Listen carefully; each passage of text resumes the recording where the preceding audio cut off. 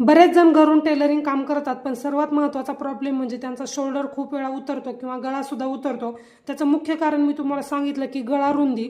तर थोडक्यात आता मी लाईव्ह डेमोमध्ये तुम्हाला दाखवते की नेमका गळा उतरण्याचं किंवा शोल्डर उतरण्याचं कारण काय आहे. आता इथे मी जर 2.5 इंच घेतलेलं असलं तर मी काय केलं असतं, तर खालचा जो काही टक्स आहे तो मारल्यानंतर तुम्ही पाहू शकता जो काही गळा मी कट केलाय तिथे टक्स मारल्यानंतर ऑलरेडी अर्धा इंच मार्जिन इथे वाढतंय. म्हणजे इथं आपल्याला 2.5 जर आपण इथं घेतलं तर थोडक्यात हे अंतर ज्यावेळेस मी टक्स मारेल त्यावेळेस 3 इंच होईल आणि हा जो काही पार्ट आहे तो एकदमच मोठा होईल आणि कस्टमरला तो शोल्डरमधून उतरणार आहे. त्यासाठी मी इथे 2 इंच घेतला आणि ज्यावेळेस मी टक्स मारते त्यावेळेस आपोआपच इथला अर्धा इंच अंतर जे काय आहे ते वाढते. खूप सोप्या भाषेमध्ये मी तुम्हाला सांगण्याचा प्रयत्न केलेला आहे. ट्रिक तुम्ही नक्की यूज करा. जी काही गळ्या रुंदी असेल ती 2ची घ्या. ज्यावेळेस तुम्ही टक्स मारताल त्यावेळेस हा जो काही आकार आहे तो सरळ होतो आणि इथला अर्धा इंच अंतर जे आहे ते वाढलं जातं. म्हणजेच हे आपलं अंतर जे आहे ते 2.5चं होतं.